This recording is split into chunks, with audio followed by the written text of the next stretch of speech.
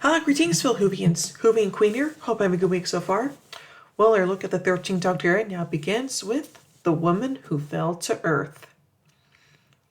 Ryan C. Clare, a dyspraxic youth, goes to police after causing a blue pod to appear while retrieving his practice bike. After showing the pod to PC Yasmin Khan, his old school friend, Ryan receives a call from his grandmother Grace, learning that she and her husband Grandma Brian are trapped on board their train by a floating orb of electric tentacles alongside a crane operator, Carl. Ryan and Yasmin reach the train just as the newly regenerated doctor falls through the carriage ceiling. The orb departs, shortly after zapping the group with an energy bolt.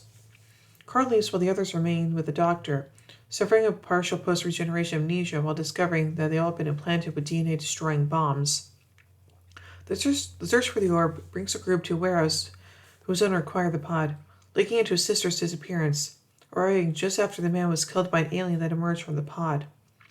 The doctor, assuming the two aliens are mortal enemies, tinkers with the pod and builds a replacement sonic screwdriver from spare parts before the group finds and subdues the orb. The orb is revealed as a massive biological data gathering coils with data on Carl. The second alien soon appears, introduces himself as Zim Shaw of the warlike Stenza who came to Earth for a ritualistic hunt for leadership. Though a furious doctor, addressing him as Tim Shaw, demands Zim Shaw and his people leave Earth alone, he downs the coil's data before teleporting to Carl's location at a construction yard. After the group is unsuccessful in preventing Zim Shaw capturing him, the doctor fully recalls her identity and confronts him. Ordering Zim Shaw to release the human, she threatens to destroy his recall device and strand the Stenza on Earth upon his refusal. Zim Shaw responds by detonating the DNA bombs. The doctor reveals she transferred them back into the coils, which the Stenza unknowingly self-implanted while downloading its data. As the doctor throws a recall device at Zim Shaw to return to his planet, Grace dies as a result of falling from the crane while successfully destroying the coils. Following Grace's funeral and a change of clothing, the doctor builds a teleporter to reach the TARDIS. She bids the others farewell, only to really bring them with her into deep space. So let's take a look at the production of this episode, beginning with the development. It was announced in January 2016 that the 10th series would be Stephen Moffat's final series as executive producer and head writer, after 7 years as showrunner, for which he was replaced in the role by Chris Chibnall in 2018. Master even served as executive producer alongside Chibnall, as well as Sam Hoyle. A new logo was unveiled at the BBC Worldwide Showcase on February 20th, 2018. This logo was designed by the creative agency Little Hawk, who also created a static sign of the word "Who" enclosed in a circle along with an intersecting line, typically used for social media accounts. Murray Gold announced in February 2018 that he would step down as the program's composer, having served as the musical director since 2005, and that he would not be composing the music for the 11th series. On June 6, 2018, producer Chris Chibnall announced that the musical score for the 11th series would be provided by Royal Birmingham Conservatoire alumnus Sogun Akinola. And now on to the casting. The episode introduced Jodie Whittaker as the 13th Doctor. Her predecessor Peter Capaldi departed from his role as the 12th Doctor of the 10th series, and he played the role for 3 series. His final appearance was in the 2017 Christmas special Twice Upon a Time.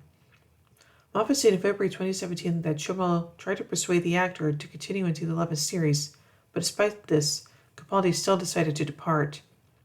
The search for the actor to play the 13th Doctor, led by Chibnall, began later in 2017, after he completed work on the 3rd series of the ITV series Broadchurch, for which he is also head writer and executive producer. Chibnall had the final say on the actor, although the decision also involved Charlotte and Piers Wagner, the director of content and head of drama for the BBC, respectively. Media reports and bookmakers speculate as to who would replace Capaldi as the 13th Doctor, with Ben Whishaw and Chris Marshall among the most popular predictions. On July 16, 2017, it was announced that after the 2017 Wimbledon Championships men's finals, that Whittaker would portray the 13th incarnation of the Doctor. This episode introduced a new set of companions, including Bradley Walsh, Joss Nicole, Amanda Gill's Grandma Bryan, Ryan C. Clare, and Yasmin Khan, respectively. Actor Sharon T. Clarke appeared as Ryan's grandmother and Graham's wife, Grace. The episode also guest stars Johnny Dixon and Samuel Oatley. And now on to the filming. Jimmy Childs directed the first 9th episode of the series in the opening production block, having directed Whittaker's introduction video as the 13th Doctor. Pre-production for the 11th series began in late October 2017. After filming for the series was expected to begin in late 2017. It officially began with the first episode on October 30th, 2017. The 11th series was shot using Cooke and Agnew anamorphic lenses for the first time in the series' history, a creative decision made in order to make the show look more cinematic. Filming of the train cab scenes was on one of the 4 Class A9 preserved at the Barrie Tourist Railway in Barrie. And now finally onto the promotion. The first teaser for this series was released during the final of the 2018 FIFA World Cup on July 15, 2018, almost exactly a year after the announcement of Whittaker as the 13th Doctor. Whittaker, Gill, Cole, Chibnall, and Stevens promoted the show with a panel at the San Diego Comic-Con on July 19, 2018, where the first trailer was released. So overall, as the first episode of the 13th Doctor's era, it really just hits the ground running and is just freaking amazing. So, yeah. So overall, I give The Woman Who Fell to Earth 4 sonic screwdrivers out of 5.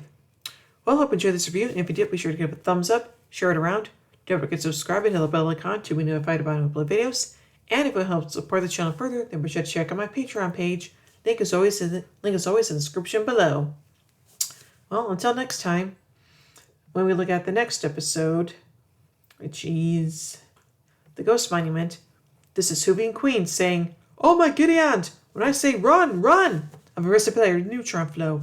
Would you like a jelly baby? Fantastic! Allons-y! Geronimo!" Bow ties are cool, fezzes are cool, and Stetsons are cool.